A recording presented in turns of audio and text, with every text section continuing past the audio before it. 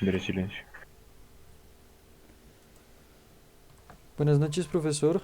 A continuación vamos a exponer sobre el informe realizado en formato IEEE de transmisiones HVDC con conversores de dos niveles en cascada. Al final de esta presentación se brinda pues la referencia y el link para su acceso. Adicionalmente pues también vamos a tratar sobre sobre el mismo archivo. Bueno, principalmente tenemos que saber un poco de qué es el HVDC, el cual significa la corriente continua de alta tensión. Generalmente se utilizan las corrientes alternas para el transporte y uso doméstico de la electricidad, principalmente porque se puede convertir fácilmente con transformadores de una tensión a otra. Así se utilizan tensiones muy altas para el transporte y tensiones más bajas y seguras para el uso doméstico. En el mundo, el sistema de transporte eléctrico en corriente continua de alta tensión está en auge, ya que sus tecnologías se han desarrollado en las últimas décadas, es algo nuevo, y se utiliza más que todo para la interconexión eléctrica de islas, parques eólicos marinos, plataformas petrolíferas, la electrificación del sector de transporte y otro. Una de las primeras líneas de HVDC que se construyó fue la línea marina submarina en España, que se puso en marcha en 2012 entre la península y la isla de Mallorca.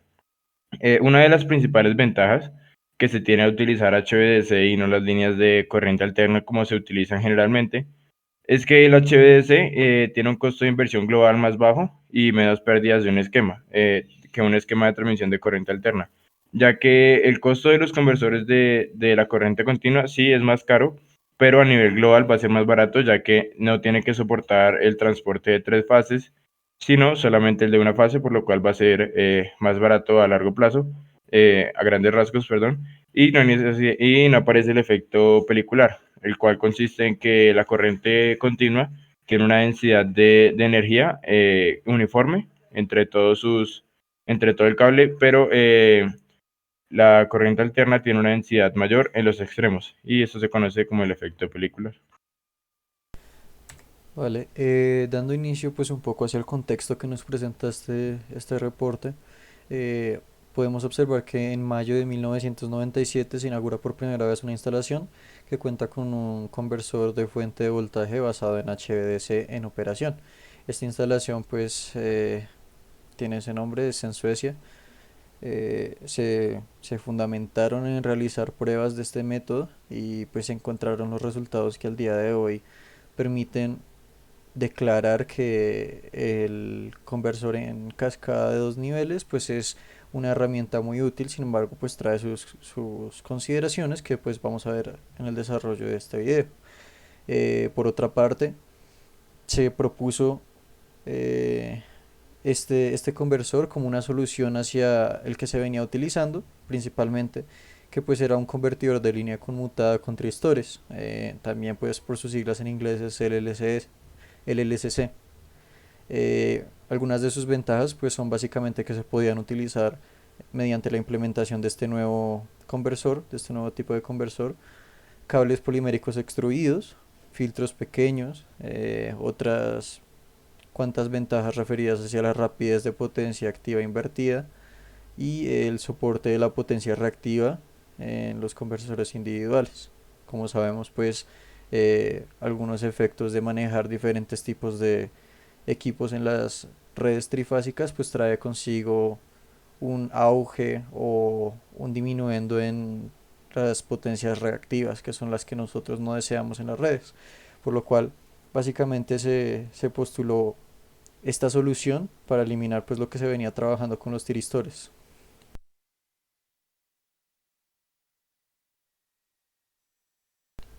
A continuación mi compañero pues va a describir un poco el esquemático y pues vamos a hablar un poco sobre lo que pasa cuando se switchean los transistores. Estos transistores cabe destacar que son los IGTB. Bien, antes de explicar un poco cómo funciona este sistema en cascada de dos conversores, tenemos que entender cómo funcionan los conversores DC-DC, los cuales se conocen normalmente como reguladores. Estos están compuestos de un inductor y un transistor, acompañados de un diodo de marcha, que lo cual hace es que la corriente, para volverla continua, lo que hacemos es con el transistor ir cortando la corriente que viene desde la fuente, este transistor nosotros le podemos controlar la frecuencia y lo que va a hacer es que cuando el transistor esté conduciendo, el voltaje de salida va a ser directamente el de la fuente, mientras que cuando el transistor no esté conduciendo, el inductor va a estar cargado y este se va a empezar a descargar, generando la corriente necesaria para el sistema. Por eso la corriente va a ser continua, porque siempre a nuestra carga se le está suministrando una corriente. Cabe resaltar que obviamente esta corriente va a tener, la corriente y el voltaje van a tener algunos rizos, los cuales se pueden ir disminuyendo mediante el transistor, el inductor o el capacitor que se use, esto teniendo en cuenta cada una de sus fórmulas dependiendo del regulador y también dependiendo para el uso que nosotros le queramos dar. Bueno, este circuito se compone principalmente de transistores IGBTs de potencias altas, a los cuales se denomina bajo la sigla T. Como vemos, ahí están los transistores T1 y T2, respectivamente. Y lo que va a utilizar esto es que si T2 está prendido y y T1 está apagado, el voltaje de salida va a ser el del capacitor. Y si T2 está apagado y T1 es el que está prendido, la salida se mantiene en 0 voltios, por lo cual el capacitor se mantiene en un voltaje constante. Y ya mi compañero va a explicar la otra parte. Pues por otra parte, tenemos que si ambos están apagados, la corriente se conduce únicamente mediante los diodos y el capacitor se cargará únicamente cuando el brazo cargado, cuando el brazo esté cargado en corriente positiva. Cabe destacar que pues como se observa en el gráfico, eh, básicamente el conversor en cascada nos presenta dos arreglos de dos niveles, por eso se dice que es en cascada, porque utiliza dos de estos arreglos de dos niveles y pues por lo tanto se denominan brazos a estas pequeñas ramificaciones, por decirlo así. Estas pues están encargadas obviamente del flujo de la corriente y pues a través de la carga y descarga de los capacitores se va a manejar el flujo de corriente continua como lo indicaba mi compañero, obedeciendo pues a lo que acabamos de explicar. Algunas de sus consideraciones básicamente se fundamentan en que estas células, como también se les denomina, básicamente estos rojitos sería una célula, esto de acá, dentro del brazo pues hay células, estas células pues están switcheando en una frecuencia baja, típicamente se maneja esa frecuencia de 150 hercios y se dice o se ha encontrado que tienen una frecuencia fundamental de 50 hercios bajo esta condición. Por otra parte, la capacitancia de cada célula pues tiene que elegirse considerando el efecto que va a tener de rizado sobre la señal de voltaje final, por lo cual pues es importante decir que esta selección va a tener un impacto directo entre pues el intercambio que se va a hacer del voltaje de la llave de potencia y el tamaño de la capacitancia que se está eligiendo. Eh, Usualmente se eligen capacitores entre 30 y 40 kilojoules sobre MVA, ya que estos eligen un rango de rizo del 10%. Es un rango considerablemente bajo y esto es lo que queremos porque queremos que nuestra señal de salida sea lo más DC posible, el DC más puro posible. Entonces por eso se eligen unos capacitores que estén dentro de ese rango de consumo. Efectivamente, como mi compañero lo indicaba, pues obviamente aún así no se puede obtener un rizo del 0%, no es posible por el momento. Y básicamente esto indica que va a haber unos rizados de diferentes armónicos, así como de su frecuencia fundamental.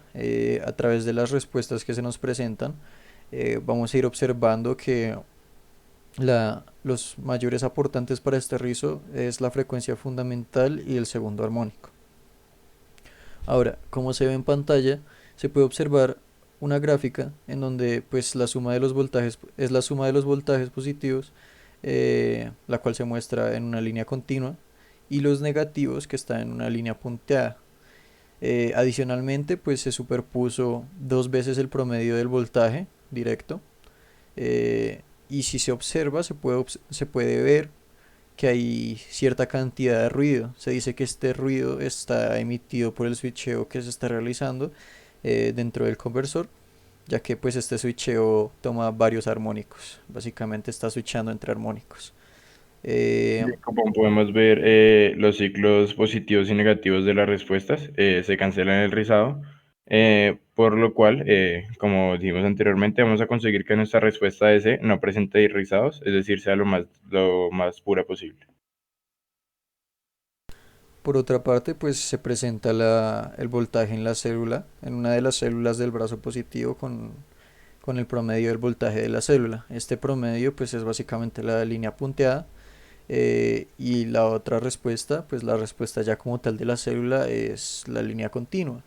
De allí podemos observar que realmente hay una variación muy pequeña respecto a cada rizado que se encuentra, pues o sea, entre el rizado que está allí y el rizado promedio que se podría calcular.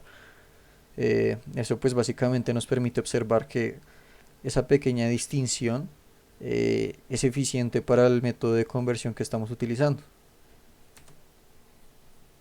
De igual forma, pues se estipula que si tomamos el voltaje de una célula en suma diferencial, se va a poder observar principalmente el rizado de una frecuencia fundamental. En la siguiente diapositiva comparando, pues este rizado del segundo armónico se puede observar que es una frecuencia muy distinta a la del fundamental. Entonces comparando estas dos imágenes se puede evidenciar el efecto que se venía tratando sobre la frecuencia fundamental y el segundo armónico sobre la salida del voltaje.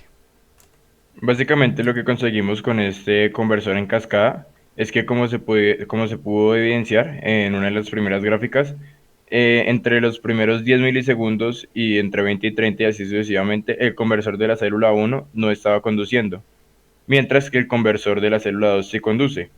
Al poner estos dos en cascada se van a complementar y vamos a lograr que nuestro voltaje de salida no tenga casi rizado, conduciendo uno al tiempo y el otro no. Como vemos, el rizado es más o menos de 20 kilovatios, es decir, es muy poco comparado con que tenemos un voltaje de 580 kilovatios. Es decir, las pérdidas de potencia entre pico y pico son mínimas, consiguiendo así lo que deseábamos desde el principio. Por otra parte, pues las desventajas o la desventaja mayor que presenta este circuito es que básicamente como se observaba en las pruebas anteriores se necesitan señales o entradas de cientos de kilovatios. De otra forma pues no se va a lograr como... Kilovatios. Sí, kilovatios. Kilovatios. Kilovoltios, qué pena. De otra forma no se va a lograr este estado estable del conversor y se van a observar pérdidas de transmisión pues muy elevadas comparadas con las que tenemos en este momento. Esto sería una desventaja si lo miramos desde el lado de la electrónica casera, pero si lo miramos desde la conexión entre dos parques eólicos o parques solares grandes, pues se sabe que en estos lugares se maneja muy alta tensión, es decir, en cierta parte nos beneficiaría tener que llevar esto a altos voltajes y conseguiríamos que las pérdidas de transmisión sean muy pocas, teniendo en cuenta que en su costo global va a salir más barato tener una línea de corriente continua de HVDC, porque como ya lo dijimos anteriormente, no se tendrían que poner tres cables, los cuales soporten las tres fases, sino un solo cable nos va a beneficiar, teniendo en cuenta y diciéndolo una vez más que esto se beneficia en líneas de larga distancia.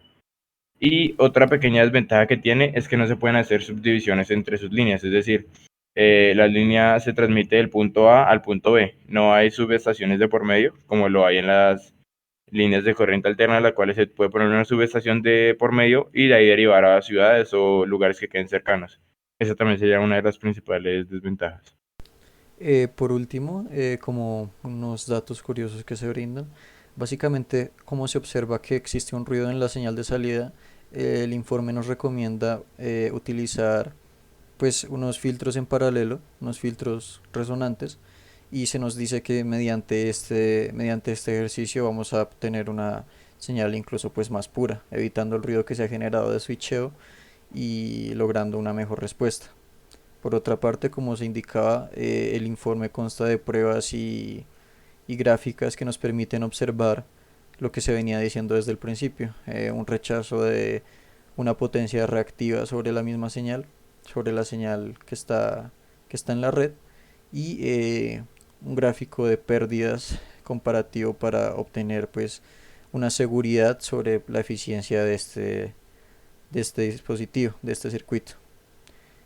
Sin más dilación, pues básicamente esa ha sido nuestra presentación. Con eso pues buscamos satisfacer la explicación de este método de transmisión HVDC utilizando